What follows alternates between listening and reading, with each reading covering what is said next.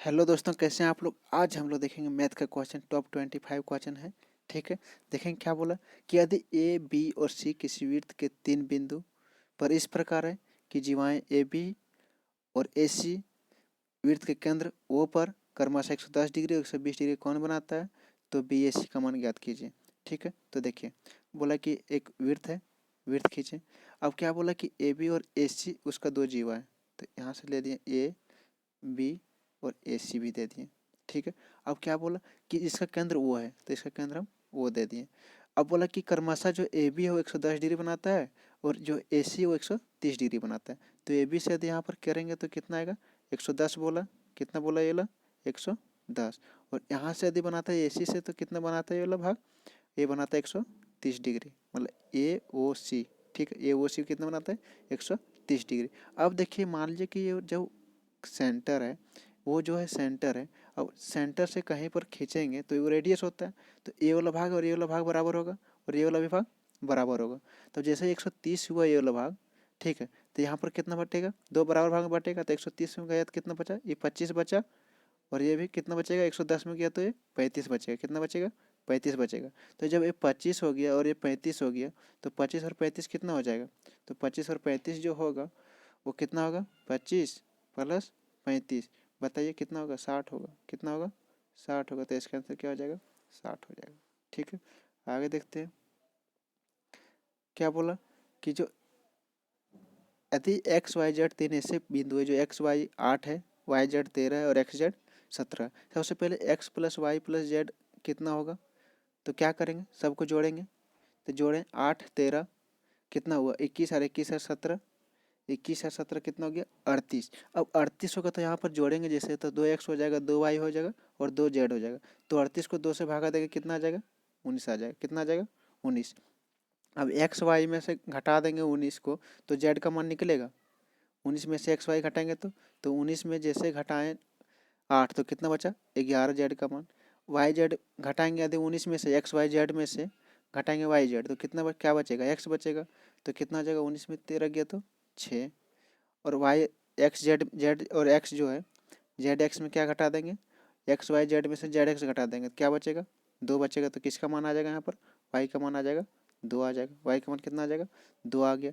तो x square और बटा वाई जेड पूछा है, क्या एक्स स्क्वायर बटा वाई जेड। तो एक्स स्क्वायर एक्स का मान कितना आया था भाई, 6 × 6, 6 × 6। और वाई का मान कितना 2 और जेड का मान कितना 11। तो काटेंगे 2 तिया 6, तो 6 तिया 18/11 कितना आएगा 18/11। तो इसका आंसर क्या आ जाएगा बी, 18/11। ठीक है। आगे देखते हैं क्या बोला कि जो ए बी सी का क्षेत्रफल 44 सेंटीमीटर है, यदि डी बी सी का मध्य बिंदु है। तो पहले ए बी सी जैसे खींचा तो ए बी सी हम लोग करेंगे ए बी और सी। ठीक है। बोला कि बी सी डी जो है बी सी का मध्य बिंदु है, तो बी सी का मध्य बिंदु डालें, डी मतलब ए बराबर भाग में बांटा है। ठीक है। और ई ए बी का मध्य बिंदु है, ई जो है ए बी का मध्य बिंदु है, तो कीजिए। अच्छा क्या बोला कि डी जो है बी सी का मध्य बिंदु, ठीक है, और ई जो है ए बी का मध्य बिंदु, तो यहाँ से भी करेंगे हम लोग, ई हो गया बराबर मध्य बिंदु ए बी का। अब क्या बोला B D E, B D E ये वाला भाग बी डी ई यहाँ से आ जाएगा ना, तो बी डी ई का क्षेत्रफल क्या होगा। सबसे पहले यहाँ पर गौर करने की बात है, यहाँ पर ये एक है तो ये भी कितना होगा एक। तो यहाँ से यहाँ तक का जो बी सी होगा कितना होगा 2 के बराबर होगा, कितना होगा 2 के बराबर हुआ। और जो बी डी जी है वो कितना के बराबर होगा 1 के बराबर है। तो इसका जो हम लोग जानते हैं कि कोई जो त्रिभुज का क्षेत्रफल होता है तो इसका जो भुजा है उसका स्क्वायर के बराबर होता है ना। तो यदि ए बी सी का निकालेंगे तो ए बी सी का ए बी सी और बी डी ई, ठीक है, बी डी ई। तो ए बी सी और बी डी ई निकालेंगे जैसे, तो ए बी सी का कितना निकलेगा 2 का स्क्वायर, 1 और 1 2, 20 का भुजा लेंगे तो 4 हो जाएगा और इसका मान कितना आ जाएगा 1 आ जाएगा। अब हमको दिया है टोटल ए बी सी का मान दिया है 44 जो दिया है, कितना किसका मान दिया है 44 जो दिया है वो किसका मान दिया है 4 का मान दिया है। हमको किसका मान निकालना है 1 का मान निकालना है। क्या निकालना है हम लोग को, हमको 1 का मान निकालना है। तो 1 से गुना कर देंगे कितना आएगा 11 आएगा। तो इसका आंसर क्या हो जाएगा 11, समझे। ठीक है। और देखते क्या बोल रहा भाई, बोला कि एक दुकानदार किसी वस्तु का मूल्य इस प्रकार अंकित करता है कि अंकित मूल्य पर 28% के छूट देने पर उसे 12% का लाभ होता है। यदि अंकित मूल्य 224 है तो वस्तु का क्रय मूल्य ज्ञात कीजिए। सबसे पहले यहाँ पर समझने की बात ये है, देखना है कि अंकित मूल्य पर 18% का छूट दिया है, ठीक है, और 12% का लाभ हुआ है। तो 12% का जो लाभ होगा भाई वो कहाँ से होगा? लाभ क्रय मूल्य से लाभ होगा। कहाँ से लाभ होगा? क्रय मूल्य से लाभ होगा। और अंकित मूल्य दिया है 224, कितना दिया? 224 दिया। अब 224 में कितना परसेंट का छूट दिया? 28% का छूट दिया। तो बेचा कितना में होगा? 72% में बेचा होगा। तो 72/100 किए होंगे, 72/100 किए, ठीक है। अब 72/100 जैसे किए हम लोग, तो क्या पता चल गया भाई कि जो उसको लाभ जो है ना 12% हो रहा है। तो मान लेंगे कि सीपी जो है एक्स है, सीपी कितना है? एक्स है, तो लाभ सीपी में ही होगा ना। तो कितना हो जाएगा? 112/100 हो जाएगा, ठीक है। यहाँ तक कोई दिक्कत? तो ये 100 और ये 100 कटा, यहाँ तक कोई दिक्कत नहीं। अब 112 का 112, 112 दूना 24, तो एक्स का मान कितना हो जाएगा? 72 गुना 2, 144। कितना हो जाएगा? 144। तो आंसर क्या हो जाएगा? 144, 144। अब क्या बोला कि यदि ये प्रथम चतुर्थांश में अवस्थित है, ठीक, फर्स्ट क्वाड्रेंट में अवस्थित है, और बोला कि जो 6 tan थीटा वो 5 के बराबर है। 6 tan थीटा किसके बराबर है? 5 के बराबर है। तो यहाँ पर समझने की बात है, यहाँ पर ये है कि जो tan थीटा वो किसके बराबर हो जाएगा? 5/6 के बराबर होगा, 5/6। और हम लोग क्या लिख सकते हैं tan थीटा को? साइन थीटा बटे कॉस थीटा, ये ना लिख सकते हैं, साइन थीटा बटे कॉस थीटा।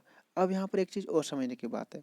यदि यहाँ पर देखिए ऊपर में जो होगा साइन थीटा है ना, 8 sine theta minus 4 cos theta, और कॉस ये थीटा की जगह कुछ भी दिया है, कोई दिक्कत नहीं। यहाँ पर थीटा ये होगा, ये दिया है तो ठीक है, कोई दिक्कत नहीं।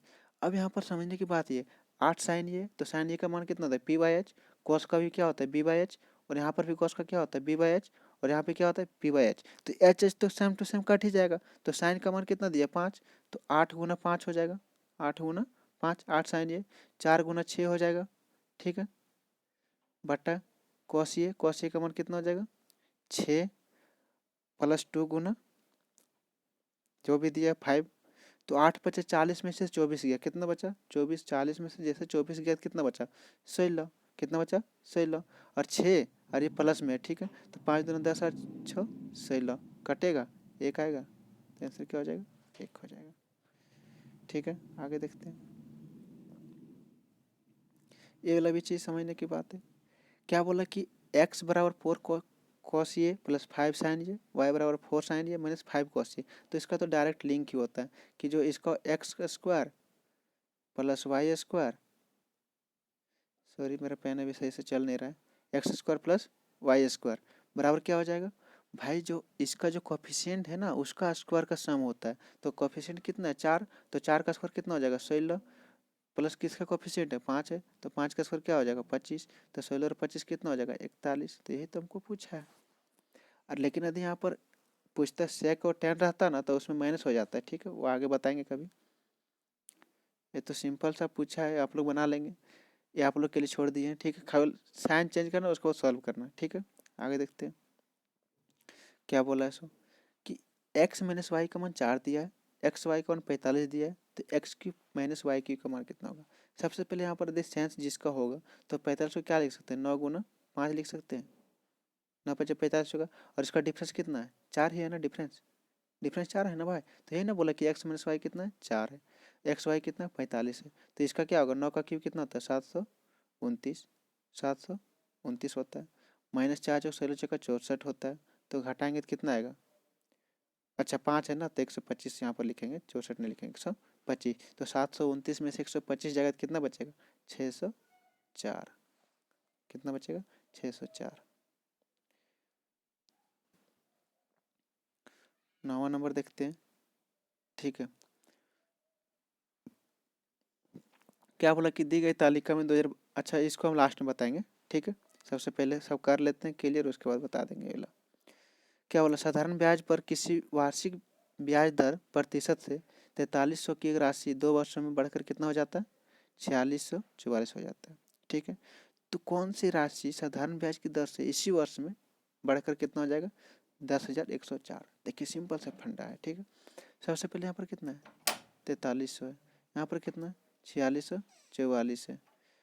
अब यहाँ पर कितना बढ़ा 2 साल में? 344 बढ़ा, कितना बढ़ा? 344 बढ़ा। तो जैसे 344 बढ़ा 2 साल में, तो 1 साल में कितना बढ़ा होगा? 1 7 2 172 बढ़ा होगा। कितना बढ़ा होगा? 172। अब किस में से बढ़ा होगा भाई? 43 में बढ़ा होगा। किस में बढ़ा होगा? 43 में, परसेंट मतलब 100। तो 2 शून्य कटा, 43 चौका कितना होता है? 172। तो कितना परसेंट बढ़ रहा है? 4% बढ़ रहा है। कितना परसेंट? 4% हम लोग का निकल गया। तो हम लोग को पता चल गया कि कितना परसेंट बढ़ रहा है? 4% बढ़ रहा है। ठीक है, अब देखना कि 5 वर्ष में बढ़कर कितना हो गया? 10,140। तो 1 साल में 4% बढ़ रहा है, तो 5 साल में कितना बढ़ेगा? 20% बढ़ेगा। कितना बढ़ेगा? 20% बढ़ेगा। हम लोग को पता चल गया कि 20% बढ़ रहा है। अब मान लीजिए कोई संख्या x होगा, तो इसमें ना 20% बढ़ रहा है, तो 20% कितना होगा? 120/100। 120/100। और इसी का मानना है 10,104। 10,104 और 120 है। ठीक है, अब काटेंगे तो यहाँ से कितना आएगा? 6। यहाँ से कितना आएगा? 5। 6 और 5 आ गया, 6 से काटिए 1020 को। तो 6 कम 6 4 और 41, 6 छक 36, 5 0, 6 8 48, 6 चक 24, इतना आ गया। ठीक है, 6 से काटे थे, तो 6 से जैसे काटे खत्म हो गया 6। अब 1684 को 5 से गुना करेंगे तो कितना आएगा? 8 4 2 और 0 0, मतलब 8,420 आएगा। 2 शून्य नहीं, 1 शून्य आएगा, तो कितना होगा? 8,420। तो इसका आंसर क्या हो जाएगा? 8,420। थैंक यू दोस्तों। आज इतने, यदि वीडियो पसंद आएगा तो लाइक सब्सक्राइब जरूर करें, और नहीं आएगा तो भी करेंगे। ठीक है, थैंक यू।